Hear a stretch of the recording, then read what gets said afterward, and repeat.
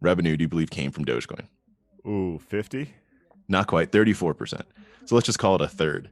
It's literally a joke. Like a third of their revenue is like Joke's on literally you, Doogles. Joke's on you. egg on my face.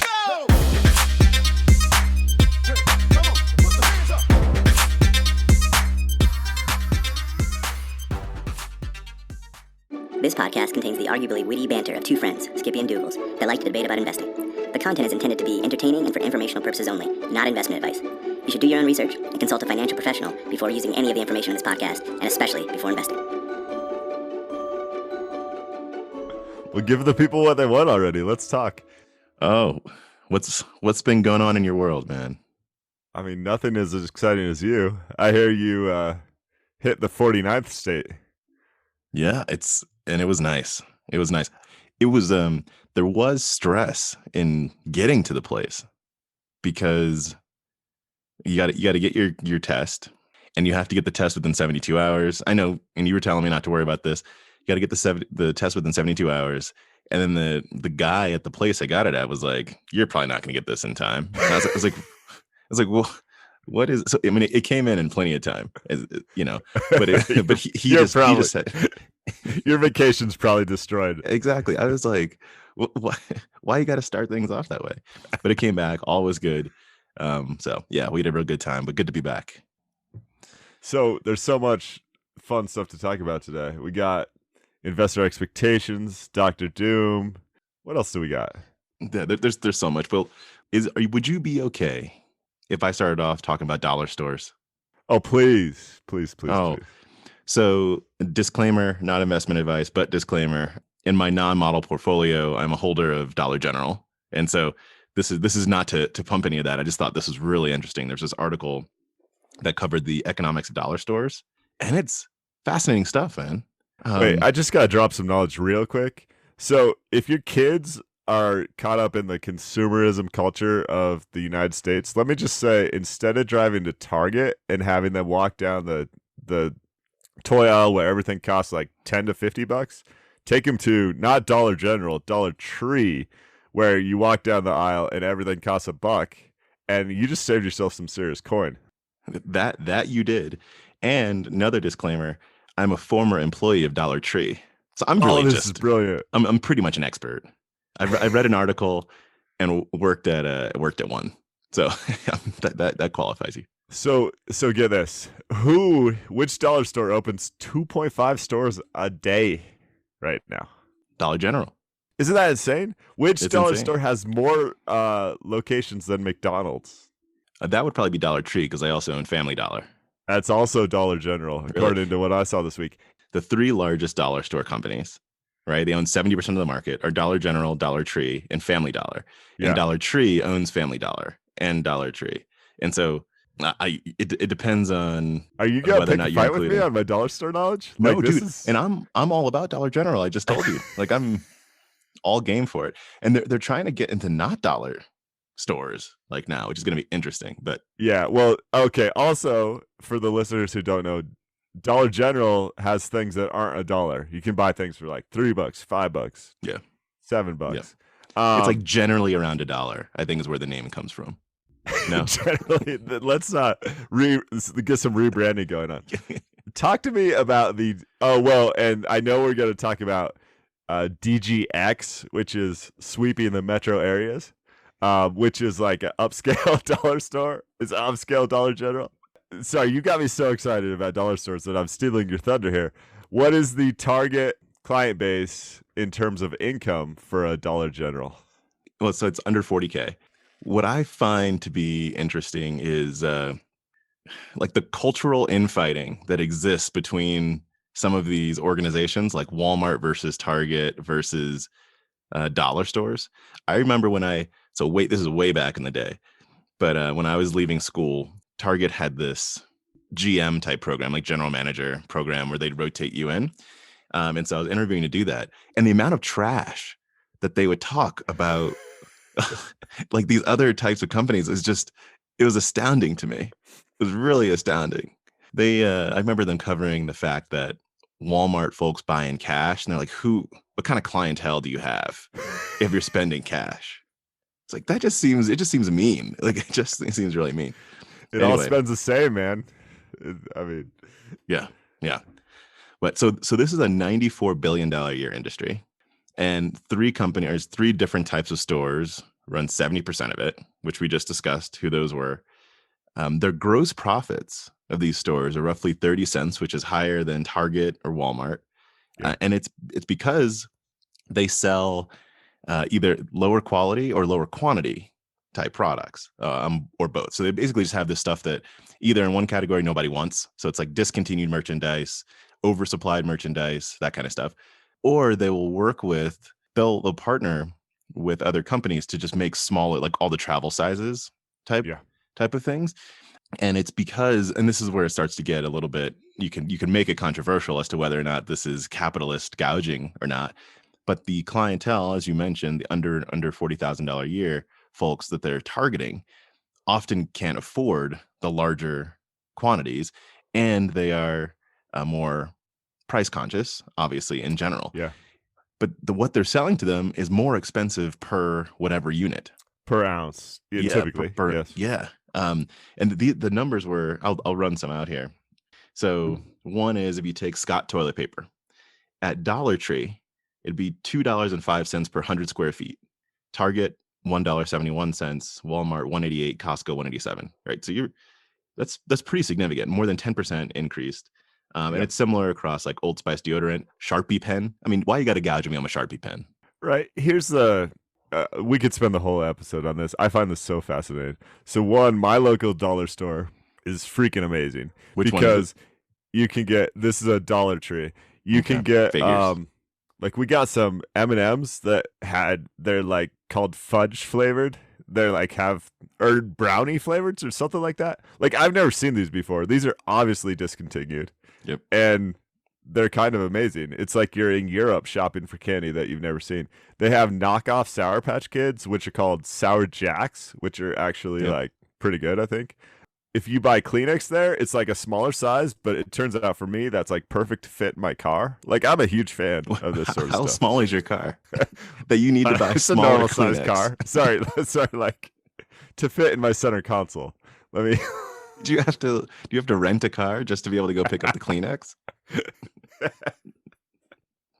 Well, so you're throwing out Costco prices, right? And so Costco's like a whole different thing. I don't think it's necessarily fair. I hate buying shampoo that's going to last me for like 9 months. Like that's almost torture to me. Yeah. I don't care if it was like 1 penny cheaper per ounce. That's not my thing. Yeah. Yeah. I don't know. So on this, the critique I saw this week, which is similar, was more about Dollar General, and it talked about Dollar General's strategy in rural communities, where it often targets places where there's no Walmart, obviously. Well, that's good competitive practice in my eyes. You don't want to go compete against Walmart. That's a losing game. And then there was some criticism around, oh, they don't stack much or carry much produce, and in these rural places, this could be like a food pseudo deserts. grocery store. Douglas, you know about food deserts, right? Yeah. Food deserts. For those who don't know, a food desert happens surprisingly a lot in rural America, and it's basically a place, I think they define it as like more than 20 miles away from a basic grocery store. And if you live in one of those places, it becomes a long trek to get basic groceries. And because that's a longer commute for you, you go less frequently. So when you go, you stock up. And there's a lot of concern, I'd say, about having adequate access to food and vegetables in those things. Yep. Well, so this critique kind of says, and Dollar General doesn't carry much food and vegetables, as if it's a bad thing. Like I'd call it an inconvenient thing, but I don't think it's like their job as a business model to carry more fruits and vegetables. There's a reason they don't. They spoil. Like that's an entirely different business. It's harder to make profits on those things. Yeah, I think see you shaking your head. Because to a certain extent, I agree. You can get into the whole conscious capitalism argument, I think, around here as to whether capitalist organizations should also think about the responsibility they have for their specific communities that they're serving, which I could go both directions, I think, around that. But I don't think it's a straightforward conversation necessarily. Sorry. I'm not trying to come across as straightforward. It's a difficult challenge. I think it's one of those things that if Donald took that on as a conscious capitalism initiative, I would applaud from the rooftops. I'd be super happy about it. But I'm not going to throw shade if they're not doing it. I understand how that doesn't make business sense for them. And, we talk almost every week about the new $1 trillion package of something. If our government wanted to subsidize some food and vegetables in food deserts in this country, and that would cost them $17, I mean, compared to what we spend on other things, that would cost absolutely nothing. Yeah. By all means, address that issue. But I understand why there's not an easy way to address it in a profit first mentality. To be fair to not me, so I don't know what the opposite of to be fair, but I own the stock. So as much as I can talk about it, argue both ways, I bought Dollar General, so I can't really, I don't think, fairly sit back and say like they suck and conscious capitalism and all that kind of stuff. At least not with them. I mean, I think the business model is so fascinating. I really did a deep dive on the stock like 5 years back or something. And I'm definitely kicking myself for not purchasing it at that time, because in a way, it's like the new Walmart in terms of their business model. And I remember, gosh, it's probably the 90s. I lived in a fairly small town. Like Walmart came to town and it was disruptive. It was unlike anything that we had seen before. And it got a lot of flack. It almost got some of the same criticism that I see Dollar General getting these days. But it's funny that that's where Walmart kind of built their core business model in the 90s and early 2000s potentially. And now someone else is saying, but there's these other underserved areas that not even Walmart wants to go attack. Yeah. And we're happy to take that. And in some cases, Walmart can't. So another couple facts that were thrown out in this article were the dollar stores are so much smaller. And so let's call it about, I think it was 10,000 square feet for a dollar store. Walmarts are huge and cost like $15 million to make, or to put one up, to get them set up, whereas you can get one of these set up for $250K. And so in some cases, it's not economical for a Walmart to be able to do that because they don't have mini stores, or anything of that nature. They're super centers. Yeah, well, thanks for pointing that out, because that is, I wasn't trying to imply that a $15 million Walmart needed to show up in these locations because the population just doesn't bear that. But effectively, Walmart's market research said bigger, bigger, bigger. Everything turned into, we have tires, we have groceries, everything else. Dollar General is much like, it's your basic necessities.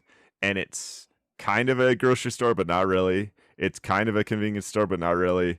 And it's right on a, fairly busy 2 to 4 lane highway in rural America.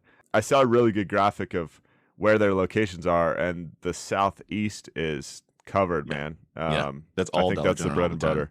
So one of the plays with Dollar General, I think or dollar stores, you could say in general, they print cash anyway, but during recessionary times, if I might be getting this fact a little bit wrong, but it's sitting somewhere in my memory banks.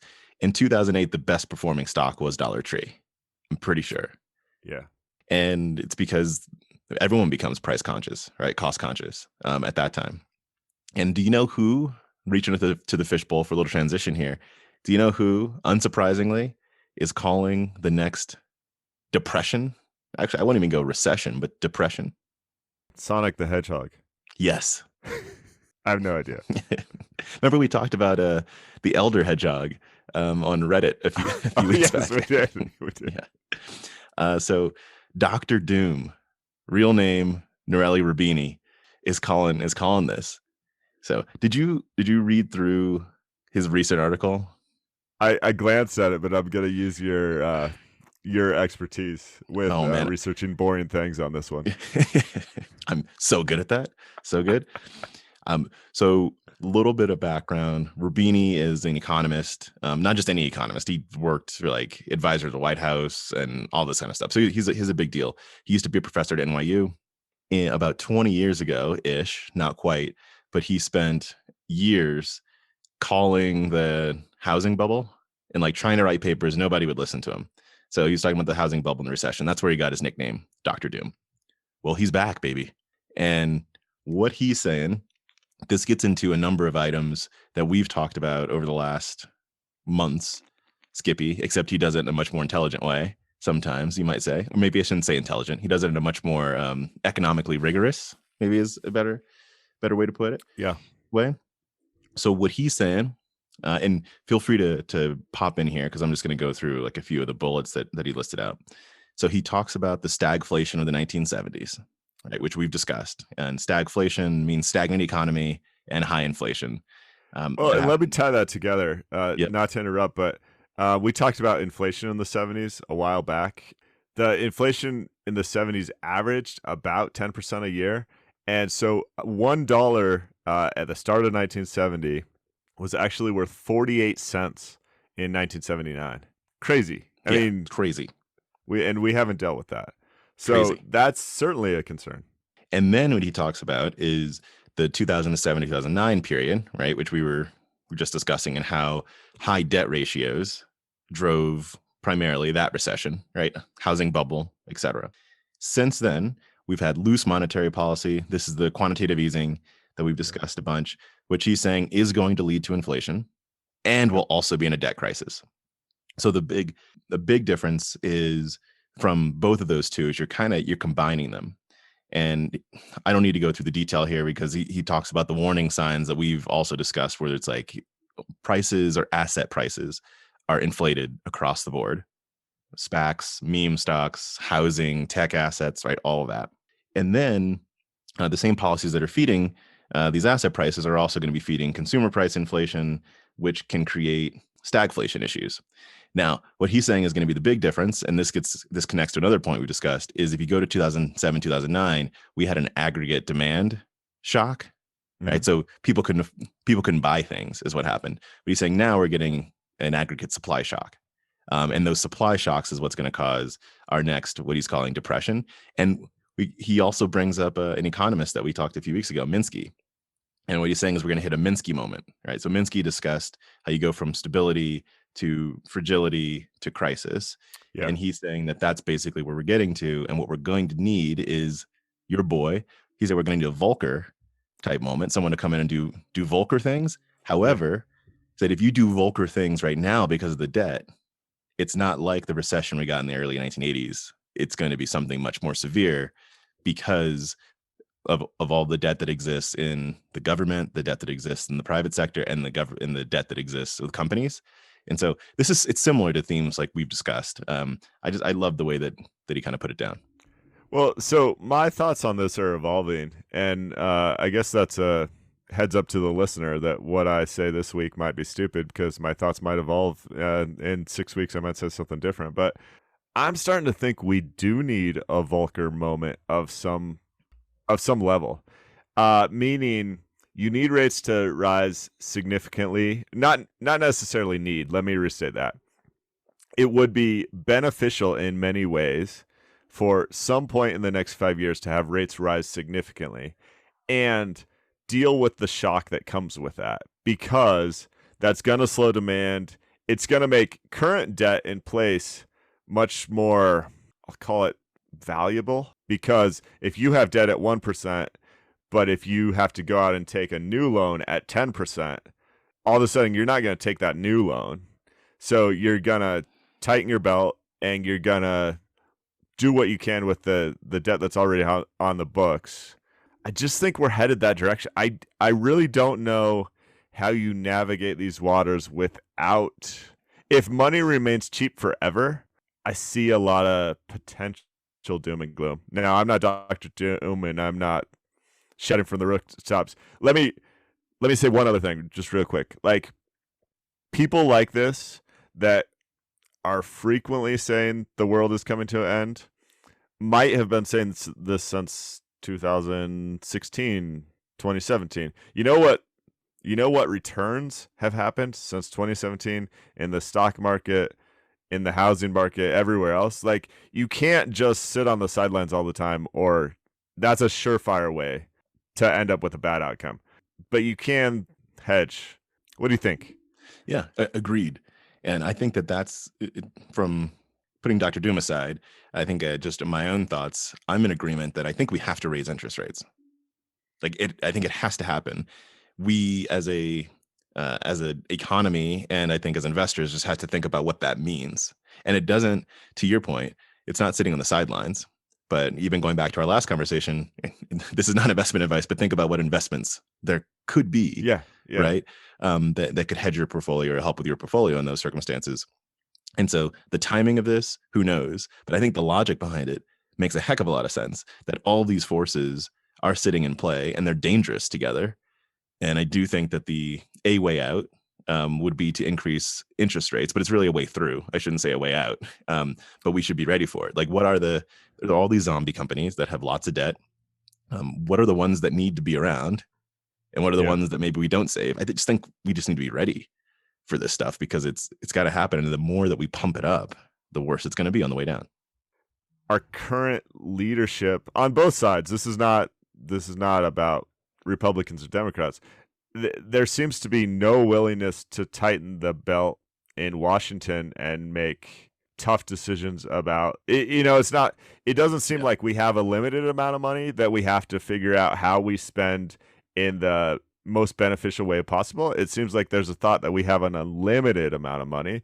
When we get sick of yelling at each other, our compromise will be, oh, well, you wanted this and I wanted that. We'll just make the check larger. Yep. We won't actually make hard decisions to compromise.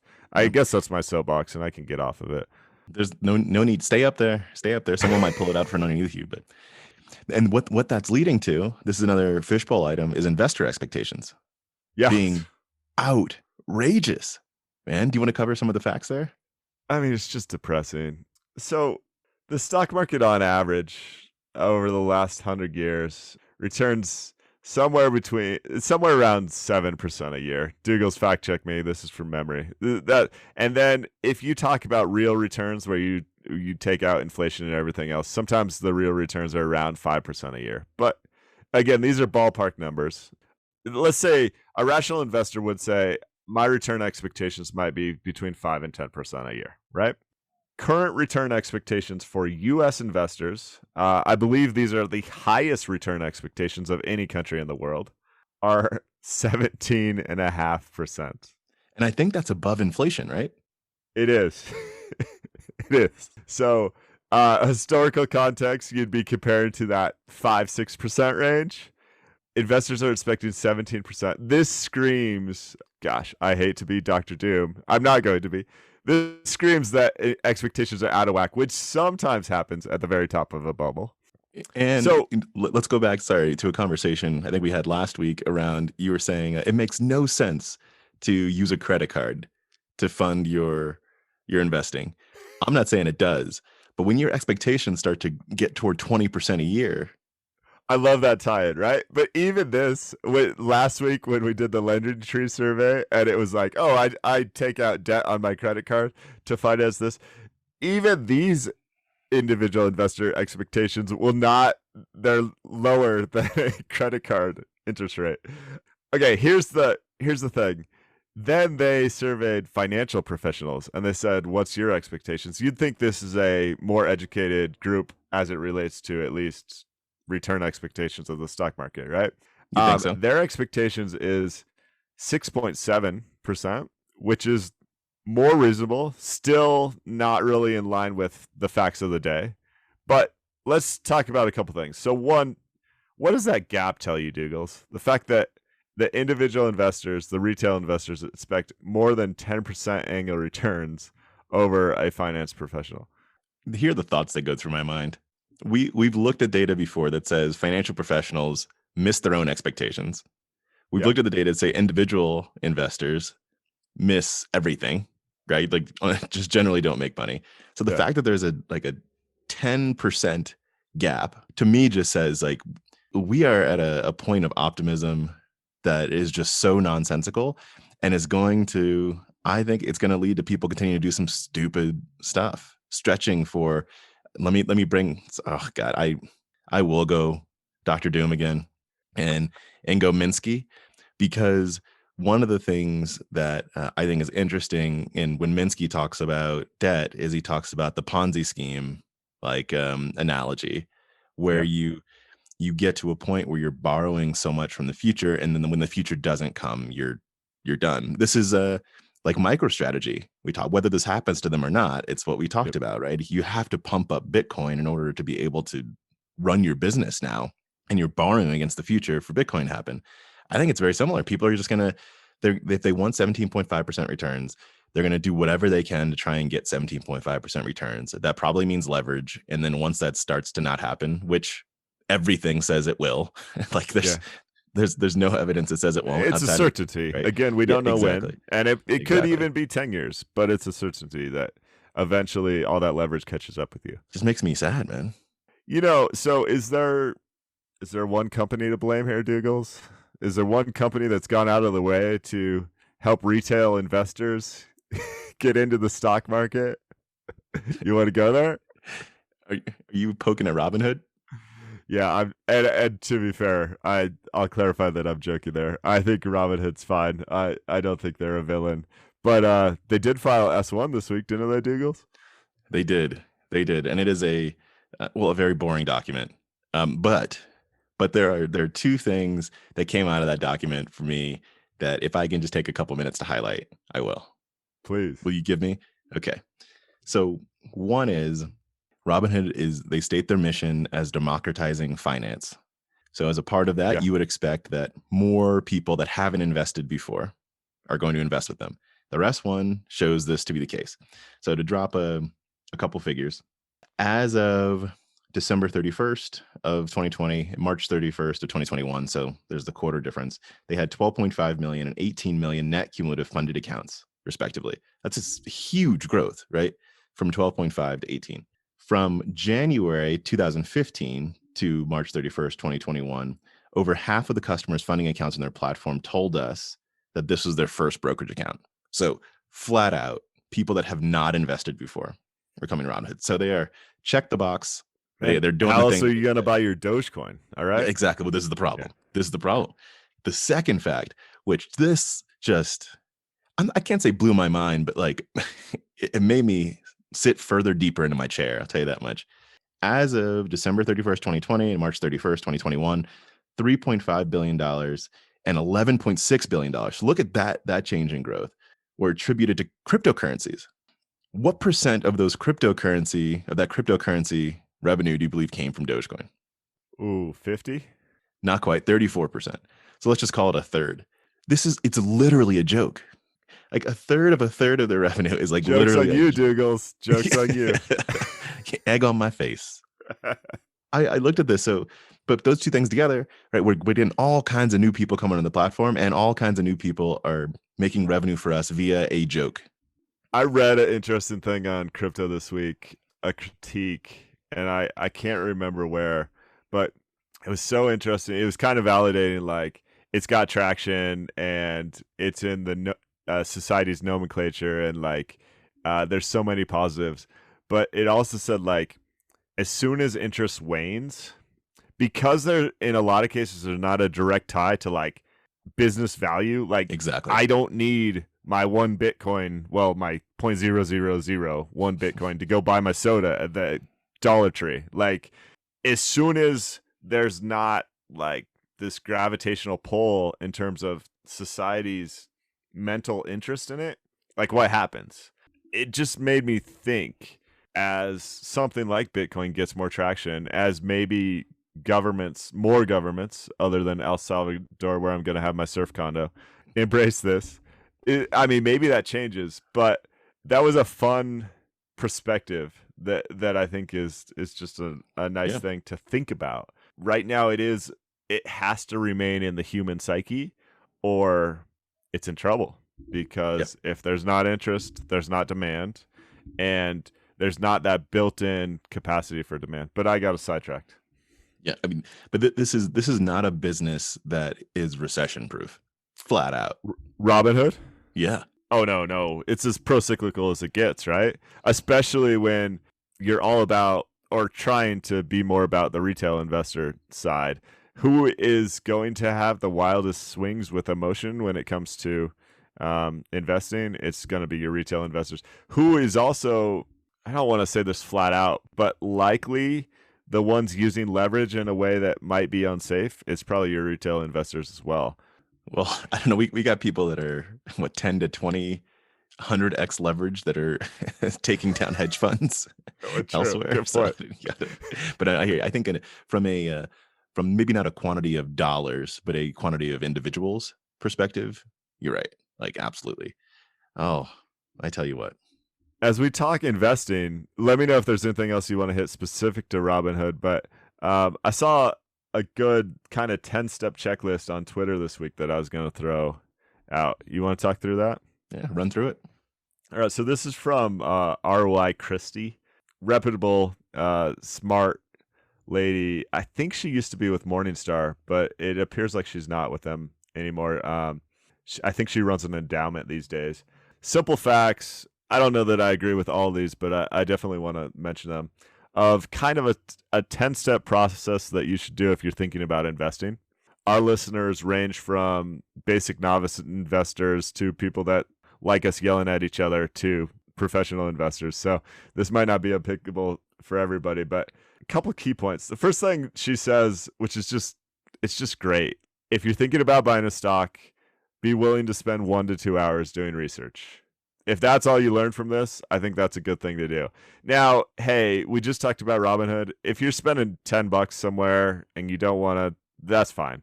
But if you're talking about thousands of dollars, I think you better be comfortable doing 1 to 2 hours of research.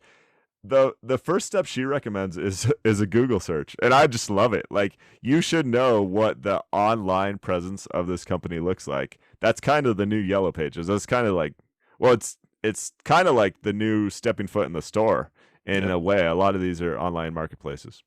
One thing that makes me think about is when I was learning how to code. One of the sources that I was looking at said you have to be good at technical sophistication. And when it defined technical sophistication, it said understanding how to Google to find the answer to the thing that you can't figure out how to code. And I loved that. Like, don't get too crazy with it. There's a lot of information out there, and you have to be able to know how to differentiate between your sources. But I love that. So step 1, use some technical sophistication to do some basic research on the company. Step 2 is probably pull up the 10K. For those who don't know, the 10K is the annual report required for public companies. 10K has tons of great stuff, but I mean, read the basics. What's their product? Where's the majority of their revenue come from? What does their historical growth look like? In terms of looking at trending analysis, neither Douglas nor I often invest in like IPO or very young companies. So if it's a more mature company, pull up Morningstar and look at trends. Pull up Koyfin is a good one. That's I've never used that. It's Koyfin. It's a solid one too. Look at some trends. Try and figure out what questions jump off the page. And then if you're comfortable going for it, the last and most important step is to send it to @SkippyDoogles on Twitter or SkippyDoogles@gmail. All right, I made that up. And I like that list with the high level theme basically being just do some research and have an understanding of what you're buying. And it doesn't have to be too complicated. That's not too much to ask. Doesn't have to be too complicated. And then, like, we might get into it in another episodes, but there should be some things that are red flags, like tons of debt or massive dilution of shares. There's some basic red flags you might want to look for, but start with that. If you're not doing that, there's room to improve your process, I think is what I'd say. Can I use this as an opportunity to give you a different list, which I think is people should adhere to this whenever possible? So I saw a tweet from @TaylorOffer. I recently talked to a 25-year-old who made $50 million last year. Here are his 5 keys to success. Okay, you ready? Get your pen out. No? Wake up at 6 a.m. and meditate. Read a book a week. Work out 2 times per day. Turn 25 and get $50 million trust fund from your dad. And drink a gallon of water every day. If you work hard, you can do anything. I do most of those things every day. Well, see, there you go. So you're on your way. Oh, I mean, so I think we should wrap with a brilliant investor and dominant figure in Silicon Valley. Your Oh, boy, Marc Andreessen. oh, okay. Spit. He did a podcast with Patrick O'Shaughnessy this week, and I don't mention Patrick enough because he's just brilliant. If you don't do the Invest Like the Best podcast and you're into that sort of thing, you should. Puts out incredible content. He's also now doing business breakdowns. There's the Founders Field Guide. Tons of great stuff coming out of it. His company is so sorry. I got sidetracked with how much I like Patrick, but Marc Andreessen was on the show, and they covered a wide variety of things. It's a definite recommendation from me. The thing I found most interesting is his discussion of how prices have diverged when it relates to things like televisions and basic technology as compared to housing, education, and healthcare in the U.S. A TV, let's say 10 years ago, when flat screens were kind of first coming out and hitting mainstream. I mean, you used to spend, I don't know, $1,200 for a 35-inch. That wasn't that nice. That wasn't, I think it was technically HD, but it wasn't 4K. You know, it wasn't 8K. It wasn't any of the things we deal with today. That same television is like maybe $100 today. I mean, it's just dirt cheap. And his basic question starts with, why has the cost of something like that been decreased so much when like the cost of healthcare is through the roof and the cost of secondary education in the US is through the roof, and the housing crisis, I'm going to call it a crisis now. Housing prices are well documented in many of America's desirable places to live. It's basically unaffordable for someone who, even a college grad who's fairly new out of college, like there's just no way that income levels allow you to afford what we thought of was the American dream. So his thought here is we have, as a society, almost idealized those things. Those three things he'd say are core to the American dream, right? A good education, nice place to live, and basic healthcare. And then he argues in a way that because of that psychology, our government has taken measures with, I'd call them decent intent, that have had unintended consequences that have actually made those things less affordable. If you talk about education, for the longest time in the 90s and 2000s, everyone said, oh, the cost of a college degree is getting so much more expensive. And Washington's reaction to that was, we better ensure that there's more federal aid available. And because they put bigger pools of federal aid out there, the disconnect between the true value of a college degree and the actual cost of a college degree it widened more because there was more money, in that supply and demand equation. Fascinating stuff. I think all those markets are broken from my perspective, and they all are disconnected from the true value, and I don't know the solution. But the first thing I'd want your take on is, do you think that's true? Do you think the government in those three sectors has largely played a role in the fact that the asset prices are going insane? I do think that the government plays a role in this. It's similar to the conversation that we've had throughout much of the rest of this episode, is that the government support, or I'll say general subsidizing of these industries only matters when the subsidies stop. And when the subsidies stop, then we have a problem. Meaning that so long as federal aid always exists, right, for college can get more and more expensive, and so long as the federal aid always exists, but one day it won't. Like, someday the money has to run out, the tide goes out, and someone's swimming naked, right? To use Buffett's, like at some point that has to happen. But I do agree that to a certain extent, the government's played a role. I don't think it's all government. I think with education, the government's played a pretty significant role. But I also think that there have been places where the government's tried to push back against it. But you have to look at between public and private schools and what their incentives have been and what they've been trying to drive, especially for-profit schools and education. I think our healthcare system is just fully upside down. I mean, that's like nonsensical the way that we charge there. Like fee for service effectively is just not as opposed to for outcomes.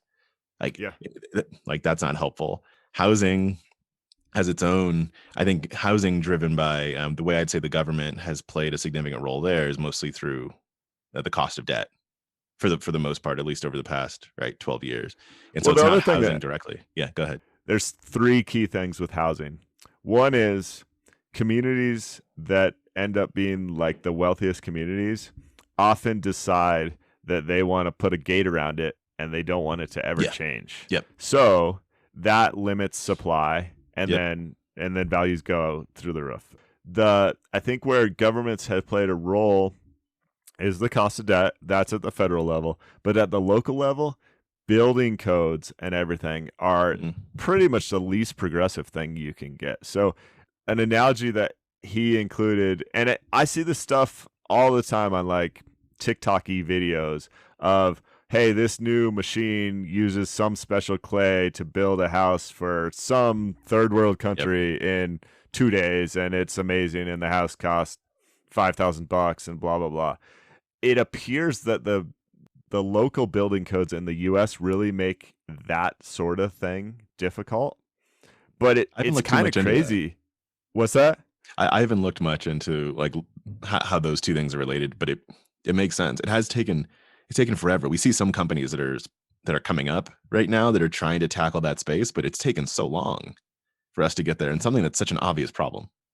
Yeah, and I would say I haven't done deep research on this, but just think about that. You know, that the average cost of a home in America now is more than $350,000. There was a tiny house movement that might still be going on for a while because people were rebelling against that and basically having these tiny things on wheels that were more in the range of 50K. But why is there no progressive building standards to build nice houses for 100K? Can you imagine the demand for those sort of things? Yeah, almost huge. regardless of location. Huge. If you're within an hour drive of a metropolitan area and you could have a livable home for 100K, like that would be off the especially charts. right now with people Yeah. trying to exit the cities. And being able to work from I don't anywhere. see why that's so bad. So let's make that happen. And then, I mean, healthcare, I don't even know that I can talk about healthcare without getting incredibly frustrated. But the fact that we've gone out of our way as a society to disconnect like how do you say this? If I go to the gas station and buy a Coke, I know that Coke costs $1.50. I hand over my money and I receive my good. The way our insurance companies have gotten the middle of those transactions, so it's never transparent the true value of the service you're receiving. And 90+% of the time, in my experience, when asking for the true value of that good at the time of service, they can't even venture a guess. No, they can't. I mean, they don't know. gets. They can't know. It's ridiculous. They can't know. I mean, that's No, yeah. I mean, at the point of sale, like this isn't for every type of service in healthcare, but many of the times, like they don't know. Like it's not the doctor cannot tell you how much it's going to cost because it depends on a number of different factors. And you go back to like someone like Adam Smith. I mean, if he was writing how to break an economic system, that's point number one. You disconnect transparent price at the time of transaction. Yeah. These are not luxury decisions. It's not like I want a new jacket and I walk into the store. I already have like 3 jackets in my closet. And I'm like, hey, does this one cost like $10, $300, or $7,000? And they're like, oh, I don't know. We'll bill you in 60 days. Then I just go, well, screw you. I have 3 jackets in my closet. In this case, like I actually need medical treatment. I almost can't say no. It's incredibly broken, but I don't have a solution there, other than just to rip it all up and destroy the solutions exist all around the world. Countries just do this differently. It's just anywhere but America. Yeah. How do you get from where we are to where they are? I think is the question. Like, but it's out of control. Okay, so then to tie back to education, there's part of me that says the debt financed by the federal government is a huge issue. Just turn that off tomorrow. And what's going to happen across the board, even at places like Harvard, is the cost of a college degree is going to be reduced significantly, in my opinion. If that money doesn't exist, I would venture a guess that in 2022, the average cost for a college degree would be cut by like 50%. Just bear with me on this crazy thought experiment, right? The thing I love about that is you start to more freely connect the true value of a college degree to what people pay for it. I think that's a good thing. The thing I hate about that is the people that can't scrounge up that money are probably the ones that are adversely impacted. And that's why our politicians have got into this game of putting more debt out there to try and not make it a complete elitist thing. How do we handle this? Yeah. Part of the issue, you have to unwind this in a relatively surgical way, because there's an assumption that you're making there that the debt that's taken out, and this is mostly for the group that you mentioned, right? That need that financing, it's taken out for tuition. And there's always a mix, right? But it's taken out for tuition, it's taken out to pay for your housing, it's taken out like to live, I think, in a lot of ways. And so there's a system, I think, is my broader point, that's hard to unwind. And so I wouldn't say that tuition necessarily goes down that quickly. Now, obviously, the more money that comes in, just, too much money chasing too few goods is the definition of inflation at its most basic level. And so costs have to go down, but the systemic costs aren't just tuition. True. So costs would come down in rural towns where the college is the main draw, and the college artificially inflates rents and maybe artificially inflates the cost of goods. Those would pull back as well. Yeah, but I think my broader point, and this kind of there's somewhat of a not so tight bow, but some sort of a bow, I think, around a lot of our conversation, is that there are these house of cards that are built. And while you might say, I'll reduce this funding source, and that'll reduce this one other thing, there's actually probably a lot that's tied to it. And at a certain point, we might say, well, let it come down, right? And let's see. But you kind of have to think about all these points and how they flow together. We've built a complicated, nonsensical web, and it's hard to pull apart. Yeah, you totally nailed it. I guess really that happens with all debt. Yeah. And all runaway debt, all debt that there's the debt where I need $100 to buy groceries this week, and I pay that off and I never touch debt again, or I need a mortgage or whatever else. There's lots of sustainable levels of debt, and I just think the government has run away from reality here on the education side. We're and many sides. Yeah. But to your point, and unless you want that to fall apart, not knowing what the unintended consequences have become or will be, it just perpetuates the cycle. Yeah. The answer probably isn't just keep pushing things higher with the solution ? Right? But if we know that there's damage, economic damage that's coming from doing what we're doing today, then at least we got to figure out how to slow that train down. Yeah, completely agree. You've made me think a lot today. Anything else in the fishbowl, Doogles? My fishbowl is empty. All right, hit us up on Twitter at Skippy Doogles and skippydoogles@gmail.com. We love to hear from the listeners.